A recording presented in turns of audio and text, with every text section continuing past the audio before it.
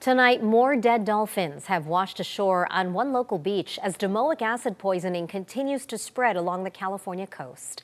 Good evening and thanks so much for joining us. I'm Marcella Lee.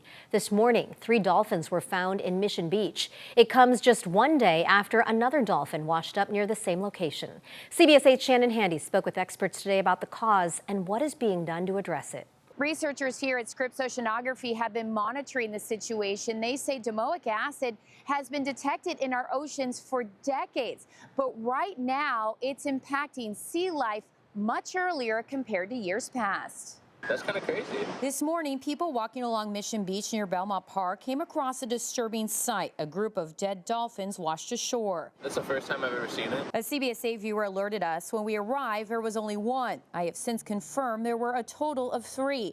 It comes just one day after a 4th dolphin was found along the same beach just over a mile away. The National Oceanic and Atmospheric Administration has collected more than a dozen deceased dolphins from San Diego beaches in the past 3 weeks.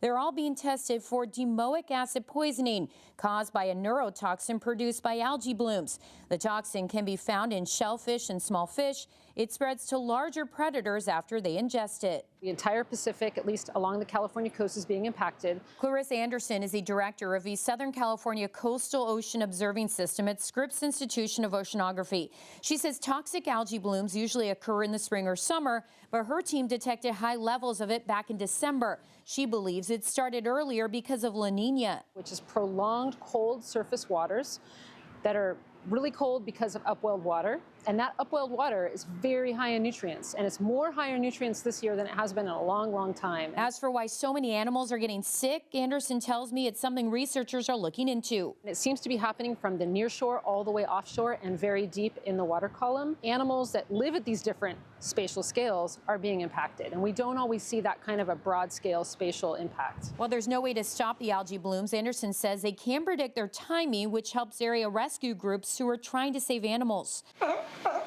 SeaWorld is one of those places. There are a lot of animals that are in need. Jenny Smith is the curator of the rescue program. Right now, they're getting 100 calls a day. All day, every day, at night, 4 in the morning, 6 in the morning. Symptoms of domoic acid poisoning include seizures and erratic behavior. If caught early, SeaWorld's rescue team can flush the algae out of their systems. That's how they've been able to save dozens of birds and sea lions. But sick animals who spend all of their time underwater are nearly impossible to detect. That includes dolphins and a minke whale found in the Long Beach harbor earlier this month, which just tested positive for domoic acid. Shannon Handy, CBS 8.